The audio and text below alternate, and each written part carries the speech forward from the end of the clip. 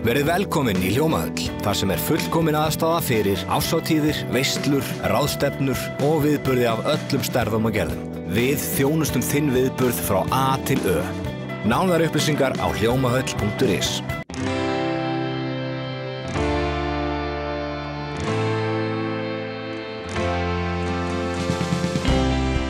Það telst verulega góður árangur að ná að slá 2 flugur í einu höggi. Hafnabúinn Sveinn Enok Jóhannsson bætt betur, hann náði 3 á dögunum. Hann tók þátt í að halda námskeið í grjótleiðslu, lærði listina og fékk auk þess 20 hendur til að hjálpa til við að gera garðinn hjá sér fallegri. Þetta var bara byrjunin, mikið gamla hleðslur í höfnum og líklega mun Sveini ekki endast ævin til að laga þær allar. Ég fættur upp alveg í höfnum á Grund og flutti síðan bara til Njarðvíkur með foreldrum mínum upp úr 12 ára aldrinum.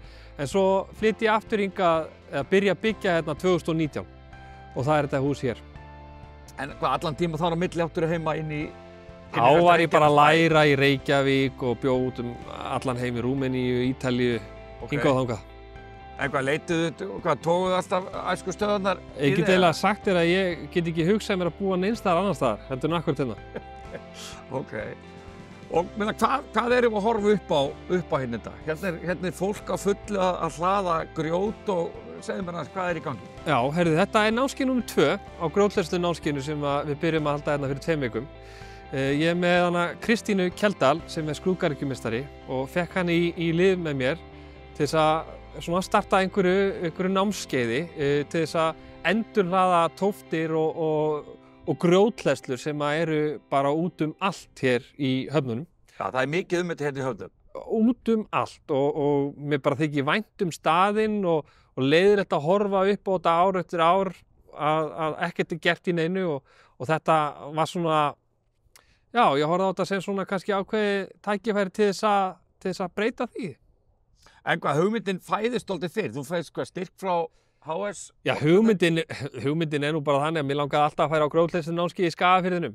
Svo bara átti maður barn og fjölskyldu og svo 2 börn og svo bara var aldrei neitt tími til að gera þetta og svo einhvern veginn fekk ég nóg að því og ákvað að reyna að gera eitthvað í því og bara hugsanlega að halda þetta sjálfur og ég sótt styrk hérna hjá HS Orku og fekk hann og það var eiginlega bara svona startið í þessu öllu að maður kannski gæti komið þessu í gegn. Og hvað, þeir voru hérna fyrir hvað, 2 vikum? 2 vikum síðan. Það var ekki, hvað, veðurguðir voru ekki sliðallir þá? Nei, það var rok og rigning, en það er nú bara þannig að staðan hér í höfnunum er oft bara rok og rigning og þannig að við verðum bara að vinna með því og þá fólk var bara í pollagalanum og djöflast og það var bara ógeðslega gaman. Í gegnum alla vikuna, helgina, við vorum föstudag, laugardag og sunnudag og hérna það stoppaði enginn. En auðvitað ferum við bara inn í kaffi þegar okkur er kalt og tökum pásu þegar við erum þreytt, þannig að þetta bara virkaði allt mjög vel. Og þú veist, allt þetta fólk, hvað er 11 hérna í dag? 11 hérna í dag, við vorum eitthvað færri síðast, held ég kringum 8.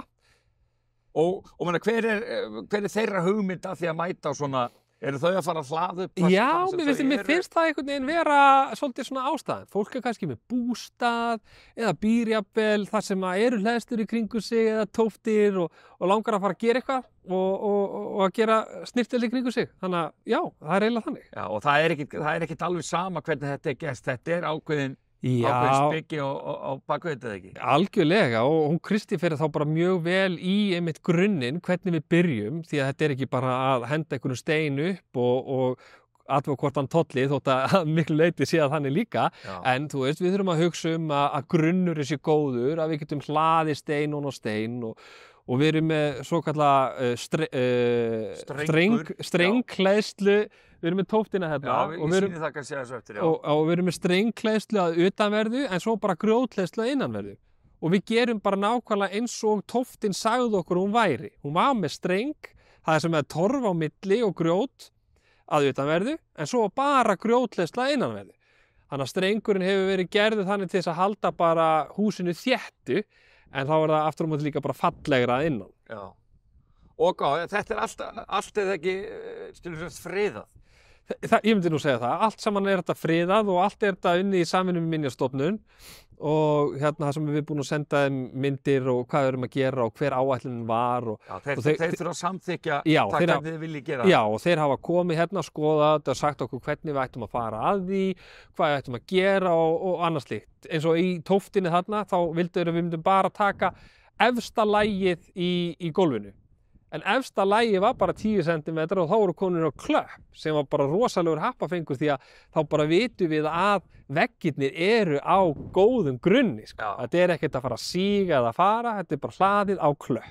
Já, og þú ert ekkert smeykur að þessar hamfarir sem hafa verið í gangi hjá Grindavík, talað að bara Reykjanesið. Þú ert ekkert smeykur þetta færi sig hingað?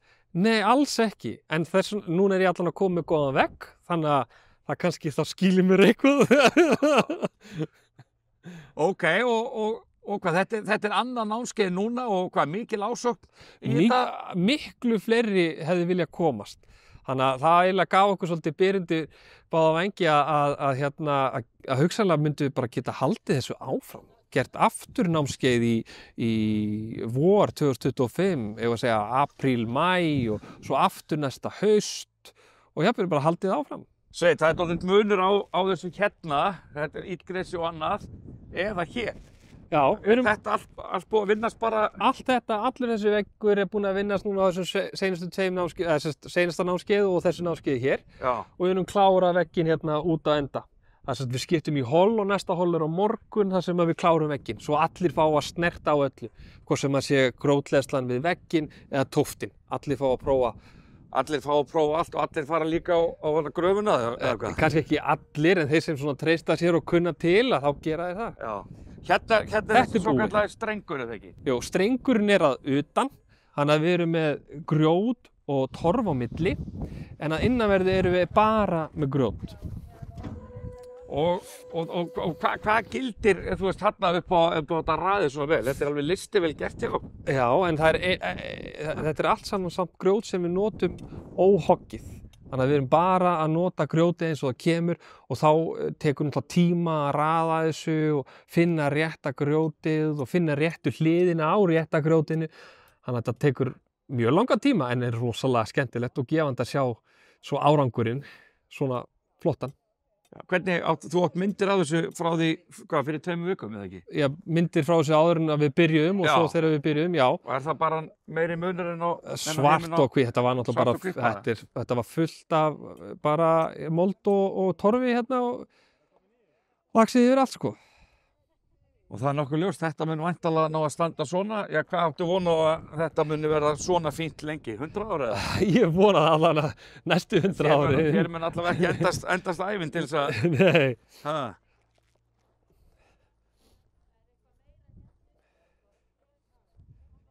Og hvað þetta fólk til dæmis að gera? Á fyrra námskeiði fyrir 2 vikum, þá kláruðu þau svona það sem að hér, já, og þau eru núna að sauma það saman við fyrirhleðsluna og að ganga frá því bara í hæð og í lóð. Já.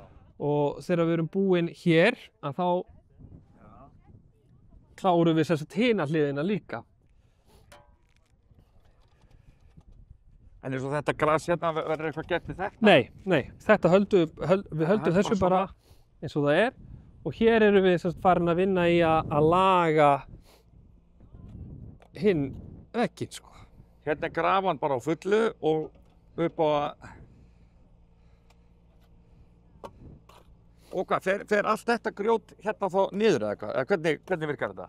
En núna erum við bara búin að taka grjótið sem var í ytra byrðinu. Já. Og núna erum við bara að taka moldina sem er á milli hleðsluna. Það er búið að vera að fjalla þetta grjót. Þetta grjót og svo þurfum við meira til og það er annars staðar. Og svo endurlöfum við þessu í streng, þar sem við setjum þá torf á milli og svo mold á milli veggjanna. Ástæðan fyrir að stoppa þarna, þetta er bara innri veggurinn. Við förum ekkert lengra en það, því hann er í góðu standi. Já, og þið hlóðu hann daginn? Nei, hann var bara svona. Hann var bara í góðu lagi? Hann var í góðu lagi, hann partur af þessari vinnu með Minjastofnun er einnig það að við erum ekkert að taka neitt niður sem að þarf ekki að taka niður. Bara gera við það sem að þarf að gera við. En Sveinn síður en svo við eina fjölina feldur. Hann með 2 önnur metnaðarfull verkefni í gangi í höfnum. Sveinn, svo erum við stattir hérna inn í þessari spildu hérna. Hvað ertu að fara að gera hér? Þetta spilda úr landi Hvamms og hér að fara í gegn hjá bænum vonandi að leyfi fyrir 10 smáhýsum fyrir útleigu, hvað sem að sé já. Og er það hugsað þá fyrir erlenda og innlenda ferðamenn bara? Já, innlenda og erlenda ferðamenn og bara líka, sko, hugmyndin hjá mér bara þessi, að mér langar ég ætla ekki að segja að mér langar að koma höfnunum eitthvað per se á kortið, en mér langar að geta allan að hafnirnar séu ákveðin, geta verið einhver viðkomustaður. Við getum tengt kannski þessi smáhýsi sem eru hér við gamla skólan og félagsheimili sem þarna. Bláa húsin sem við sjáum þarna, já. Gæti hugsanlega hægt að halda einhver kvöldmatarboð og svo hægt að gista hérna og heitupottur og gufubað og bara eitthvað kósí, eitthvað sem ekki of langt frá höfuðborginni og annars staðar. Það búa náttúrulega allir á þessu horni en það veit enginn af þessum stað. Nei. Það er bara svolítið þannig. En hvað er þetta 10 smáhýsi sem þú... Já, það eru 10 smáhýsi upp að 50 fermetrum held ég. Og gisting fyrir alltaf hvað, 6 manns? Já, gisting 6 manns í hverju húsi, eitthvað svoleiðis. Þannig að það gæti allt í allt kannski 60 manns gist. Ok. En hvernig finnst þér, nú ertu fæddur upp alinn hérna í höfnum. Já. Og hvað, 30 ár síðan nýtt sveitafélag verður til þegar Keflavík, Njarðvík og Hafnir sameinast. Akkurat. Hvernig svona finnst þér, hvernig hefur þróunin verið finnst þér? Hvernig að, þú veist, ala sér upp sem gutti og...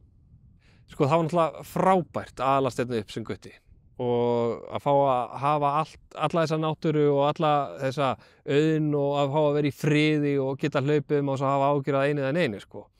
En svo það líka kannski hitt að það nú ekkert langt síðan að þeir sem að fluttu inn í hafnir út af þeir gátu ekki flutt neins staðar annars staðar.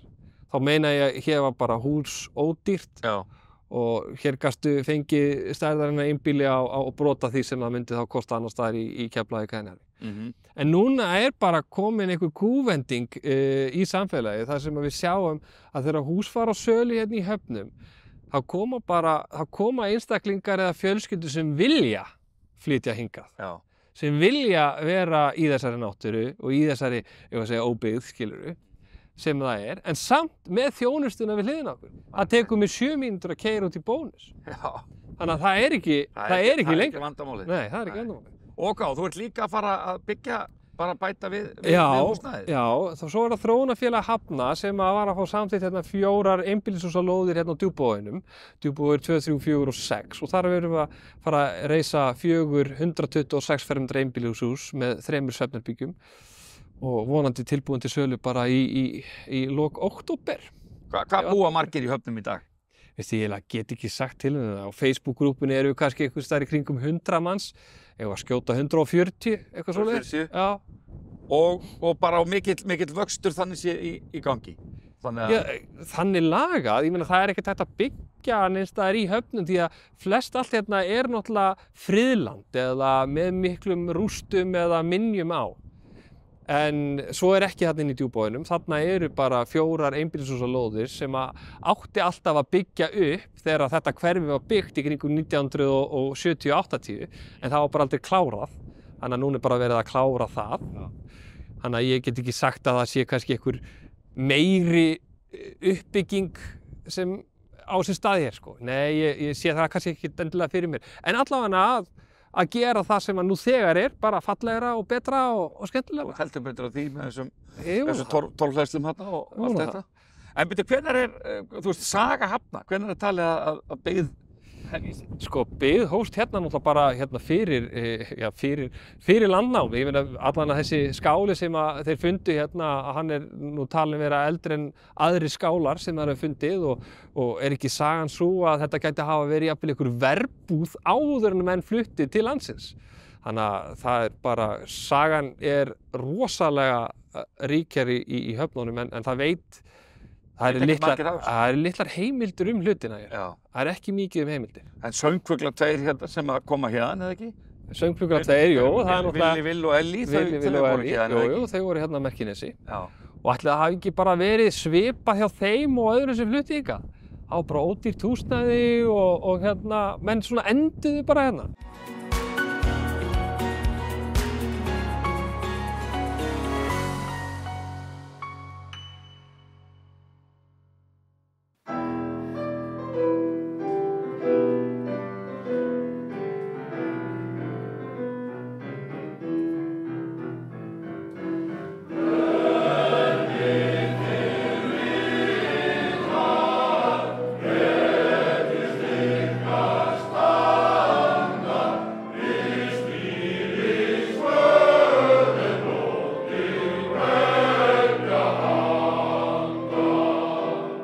Bygging Garðskagavita hófst hann 11. júní 1944. Hann var reistur á tæplega 3 mánuðum af 10 til 15 manna vinnuflokki undir stjórn Sigurðar Péturssonar frá Sauðárkróki. Nýji vitinn var hafður lengra frá sjónum, en sá eldri til að forðast landbrot og særök sem gekk jafnan yfir gamla vitan og dróð þannig úr sýnileika hans þegar mest þurfti á að halda í lélugu skyggni. Slökkt var á gamla Garðskagavitanum frá 28. ágúst til 7. september 1944 og ljósakrónan og ljósgjafinn flutt yfir í nýja vitan. Gamli vitinn var aldrei lagður af, heldur endurbyggður og hætt að nota gömlu vitabygginguna og ljóshúsið. Nýja vitabyggingin var formlega vígð þann 10. september 1944 með útiguðþjónustu séra Eiríks Brynjólfssonar og byggingin var formlega tekin í notkun. Axel Sveinsson verkfræðingur var hönnuður hins nýja vita.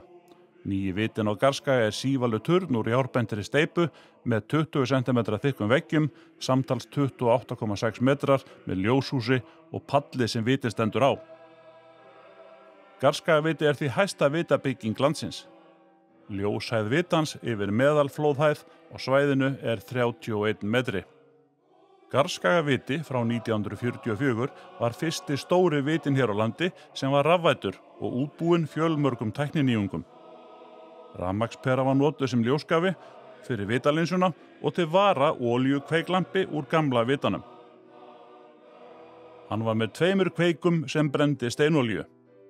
Rafmagnið var fengið frá vindrafstöð sem var sérstaklega sett upp fyrir vitan og knúði það rafmagn einnig snúningsbúnað linsunar. Árið 1946, 2 árum eftir að nýji vitin var tekin í notkun, var vindrafstöðin lögð af þegar rafmagn frá veitu var lagt í garðinn. Fyrsta þekkta leiðarmerki var sett upp á Garðskaga árið 1848. Það var ljóslaust siglingamerki sem gert var á járnstöng sem sett var á grjótstöpul. 80 ára afmæli Garðskagavita var fagnað á Garðskagadögunum með dagskrá sem var í anda þeirra dagskrár sem flutt var við vígslu vitans fyrir 80 árum. Orðu vorra yngsta land, vort eigið land, vort fósturland, sem framgjans unglings höfuð hátt, þín hefjast fjöll við öldu slátt. Þótt þjaki börn, með þungum ram, þrátt fyrir allt, þú skalt samt fram, þú skalt samt fram, þú skalt samt fram. Á dimmum kvöldum magnað að standa hér undir vitanum og horfa á ljósgeislana snúast rétt eins og tannhjól í hringi. Því að ljós vitans slokknar ekki, heldur það hulið að hluta hverju sinni. Og þannig getur það verið með líf okkar. Við mætum skuggum sem hylja ljósið skammar hríð, en ljós lífsins logar stöðugt á sínum stað. Við vígslu þessa vita árið 1944 rifjaði Eiríkur Jónsson, þáverandi vitamálastjóri, það upp að fyrstu sagnir leiðarljós fyrir sjómenn á Íslandi hafi verið tengdar við kirkjur. Hann sagði frá því að honum hafi verið á það bent að til forna kringum árið 1200 hefði verið ákvæði að ljós skyldu loga í ákveðnum kirkjum allar nætur tiltekin tímabil. Var þar að ræða kirkjur sem stóðu nálægt sjó og á þeim stöðum þar sem ætla má að sjófarendur hafi getað notið þeirra sér til leiðbeiningar. Í tengslum við þá staðreynd og í tilefni af hátíðahöldunum hér í dag verður Útskálakirkja með fulla lýsingu í alla nótt. Frá upphafi hefur Garðskagaviti og forveri hans verið ómissandi leiðarljós fyrir sjófarendur sem siglt hafa hafið úti fyrir Reykjanesi. Árið 1944 þegar vitinn var byggður undir handleiðslu Axel Sveinssonar verkfræðings og síðar vitamálstjóra tók hann við af eldri vita sem hafði staðið í hættu vegna landbrots. Nýji vitinn, eins og Magnús kallar hann og þið hér, sem einn sá hæsti á landinu hefur síðan þá verið traustur verndari strandarinnar og hefur margfalt aukið öryggi skipa og báta sem sigla hér svæðið. Viti meira heldur en steinsteypa og jafnabendingar. Vitar eru fyrst og fremst ljós sem leiðbeinir sjófarendum í örugga höfn. Fyrir mörgum ljósið ekki aðeins tæknilegt hjálpatæki heldur einnig tákn öryggi, traust og von. Þrátt fyrir háan aldur hefur Garðskagaviti alltaf fylgt nýjustu þróunarsviði ljósa og siglingatækni, bæði með rafvæðingu hans og svo með endurbótum sem gerða voru árið 1960 og munum við á Vegagerðinni tryggja að svo verði áfram. Við erum ábyrg og rekum 104 vita á landsvísu og við erum með svona 4-5-6 starfsmanna ígildi sem sinnir því allan ásins ring. Það bæði viðhald og eins náttúrulega rafbúnaðurinn sem að verða úreldur og gamall og við erum bæði að sinna í rauninu náttúrulega því sem bilar en eins líka endurnýja og skipta út og endurnýja búnaði. Við erum að byrja að ledvæða vita á Íslandi og smá saman mun það leysa af hólmi gömlu vélarnar sem að hafa knúið ljósin og rafvætt perurnar eins og þeir eru í dag. Það voru vitaverðir allt í kringum landið fyrir ekki svo mörgum árum síðan en það önnur saga í dag. Algjörlega. Við svo sannarlega erum með fólk sem vinnur fyrir okkur all land af því að við erum flest staðsett á höfuðborgarsvæðinu þannig að það langt að fara langan veg og við ekki viljum við hafa ljóslaus lengi þannig að við eigum góða sem að sinna bæði því að kanna með stöður á perum og eins líka að vakta og láta okkur vita þegar það er orðið ljóslaust. Já, Garðskagaviti sem að fagna 80 ára afmæli í dag, hann ákvað nú bara að slökkva ljósið núna í vikunni. Peran kláraði svo skemmtilega í gærkvöldi og kveiknaði ekki á varaperunu einfallega vegna þess að það brann yfir mótor en því var kippt í liðin í morgun og hann logar skert í kvöld og næstu daga. Núna á 21. öldinni þá spyr fólk sig, eru vitar ekki bara orðnir óþarfir? Nei, þeir eru þannig ekki. Vitar eru öryggistæki ef annar siglingarleiðsögubúnaður ekki virkur lengur og það gerist nú því miður að skip fá sér brot og verða kannski rafmagnslaus eða fjarskiptalaus þó vélarnir gangi áfram og þá nauðsynlegt að hafa vitarljósin til þess að lýsa veginn. Það gæti raunni orðið alheimsvá og slökkt á GPS-kerfum? Til dæmis stríð líka og það bara ákveðin vá að í stríði fari ríki og rugli staðsningakerfi og þá mjög gott að hafa ljós og vita til viðmiðunar. Hversu stór Garðskagaviti svona í ykkar utanumhaldi? Sem betur fyrir hefur hann ekki verið þurfafrekur í viðhaldi eða rekstri og við höfum góðan og greiðan aðgang og höfum hér fólk sem hjálpar okkur til við að endurræsa eða kveikja á varaaflsvélinni sem hérna en hann alltaf, eins og ég segi, einn af okkar lykilvitum og við viljum ekki að hann sé úti þannig að við sinnum honum eins vel og við getum. Hann lítur út eins og nýr? Já, hann bara flottur og stendur sér vel á 80 ára afmælinu. Og þið að sinna gamla vitanum þetta líka, menna hann bara ennþá að fá þjónustu þó að sé löngu aflæður. Já, okkur finnst náttúrulega bara þessi mannvirki skipta máli og þetta bara ákveðin príði og þetta náttúrulega bara stórt merki hér í Garði og skipti máli að sé vel við haldið. Suðurnesjabæ eru 5 vitar og gerir aðri betur. Segðu, þið vitabærin, það bara svoleiðis. Bjart undir sól að sjá. Sé ég turna þína. Hér við skagan báran blá, brýtur knerri mína. Bjart undir sól að sjá, sér til vonar heima, hér við skagan báran blá, bannar mér að dreyma.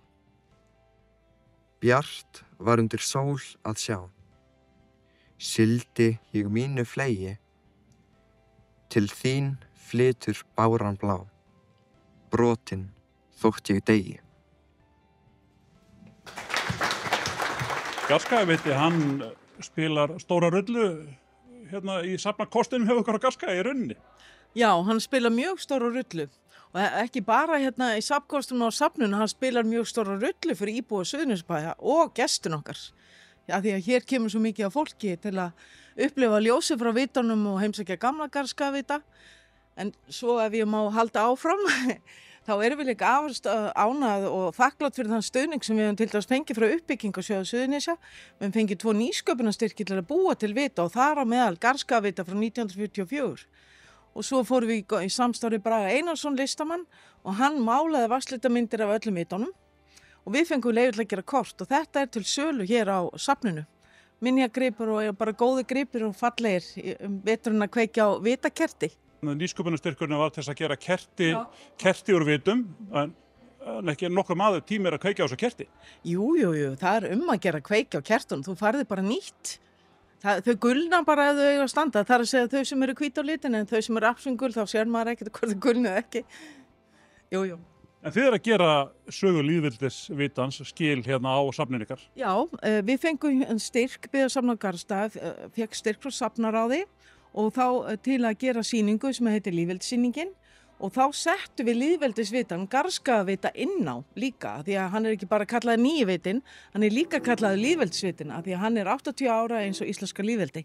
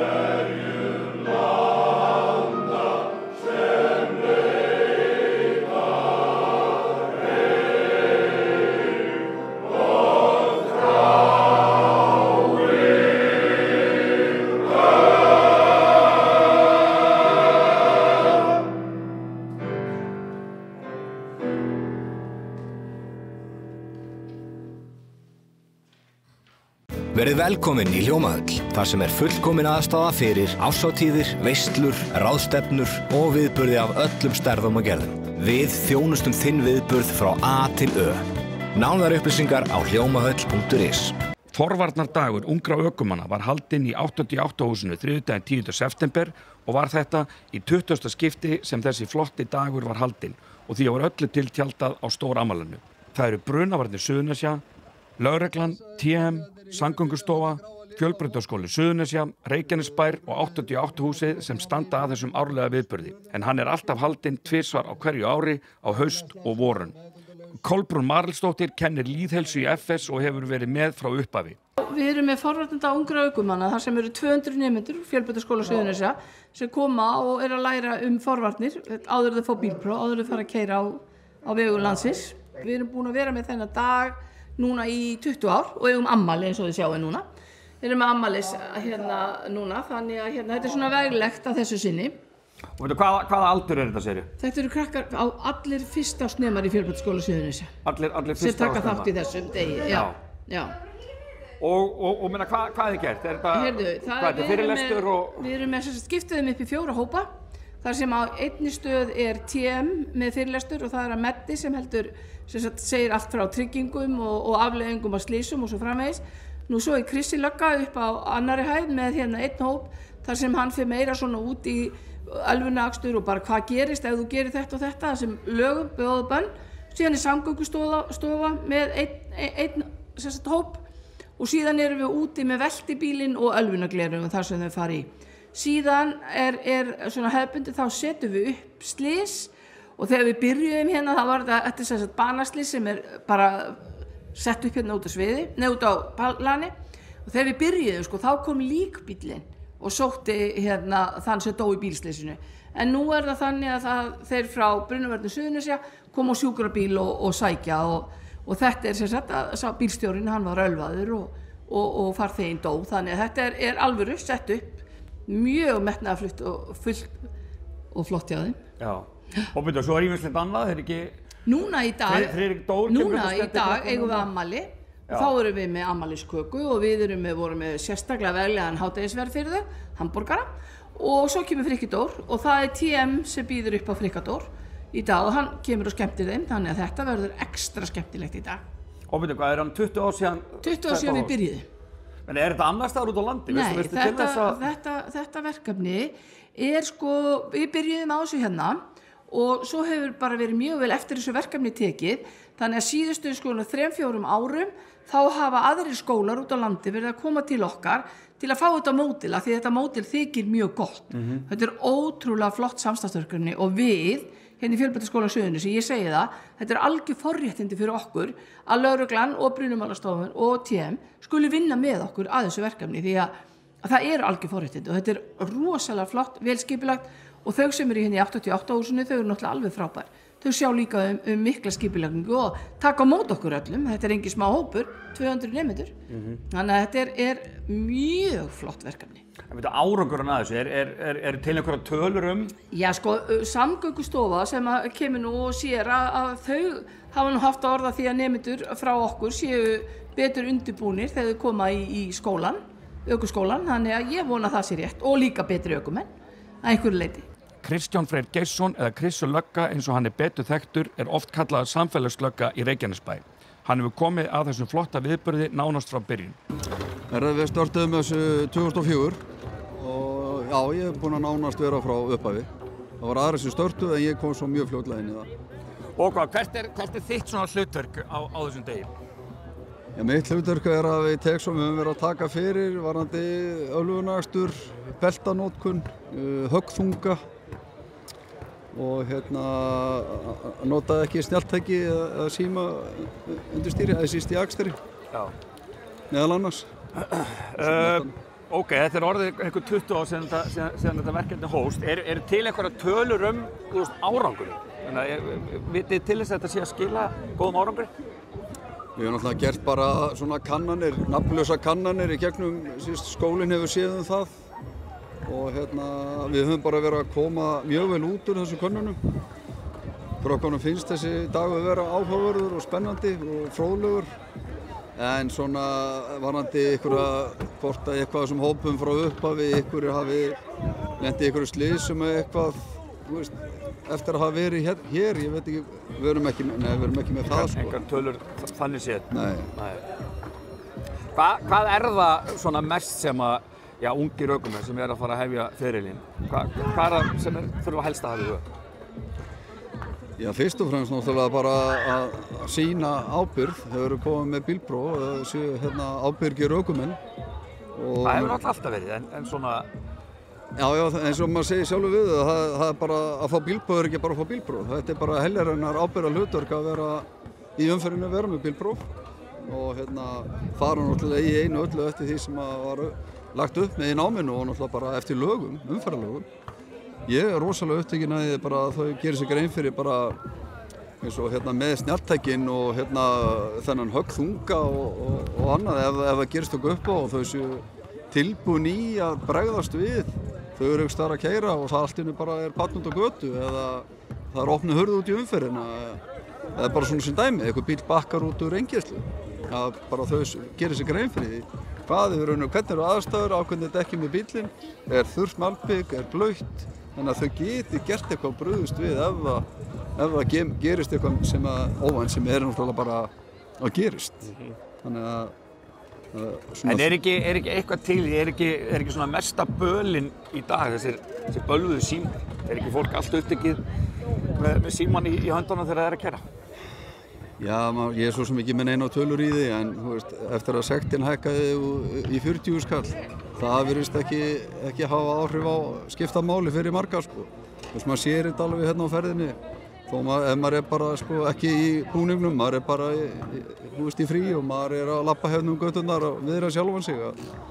Það bara því miður, alltaf mikið, bæði ungt og eldra fólk. Maður sér það bara á hvernig fólk að hreyfa sig og akta í bílnum. Það að horfa niður, það að gera eitthvað annað. Það alveg pottþétt svona dagur eins og hérna, þið eru alltaf að reyna að ná til ungmennina og reyna svona að vísa þeim réttu leiðina, eða ekki? Já, við erum akkurat að því og þess vegna erum við að tala þessa hluti með ölvun og belti, símanótkun og hraða og annað. Við erum að reyna að ná til þeirra, þannig að þegar þau eru komin sjálf með bílpróf og komin út í umferðina, það eru þessi hlutir sem hafa verið að valda því að fólk að lenda í óhöppum eða alvarlegum slysum. Við spjölluðum svo við nokkra nemendur. Við lærðum alveg margt og bara skemmtilegt. Og þetta hefur verið í gangi, þetta verkefni hefur verið í einhver 20 ár. Men þetta eitthvað sem þið vissuð af og þú veist, eitthvað búið að hlaka til eða hvernig þú veist upplifunin? Bara fín, sko. Já, ég vissi ekki að þessu fyrir en það kom upp í skólanum. Og hvað teljið ykkur svona vera að svona læra af þessu í dag? Bara að við ættum að vera með belti og ekki vera í símanum í umferðinni. Já, þið náttúrulega vitið það að maður bara alltaf að vera með belti og maður náttúrulega ekki að vera með síma. En hvað með bara ökukennslu? Eru þið byrjað að læra? Já. Og hvernig hefur það gengið? Bara fínt. En þú? Já, það gengur bara vel. Og svo núna á eftir þá að setja á svið slys. Þið ekki dálítið spenntar að sjá svona hvernig það fer? Kemur sjúkrabíll og eitthvað? Já, bara svakalega spenntar. Það er alveg spennandi að sjá þetta. Og hvað er langt í að ökumenn bæði hérna inn í Reykjanesbæ og bara út allt land geta séð ykkur keyra? Hvenær verðið komin með prófið? Ég fæ prófið í janúar. Ég fæ mitt í mars. Hvað er það sem þið viljið fá út úr svona degi? Bara skemmtun og gaman. Þið viljið vonandi eitthvað fræðast líka, er það ekki? Já, jú, þetta. Bara vita náðu mikið svona löggudæmi og eitthvað. En hvað, þið byrjaðar að læra á bíl? Nei, ekki ég. En þú? Ég ámæla svo seint, líka hann. Hann er næst 09, sko.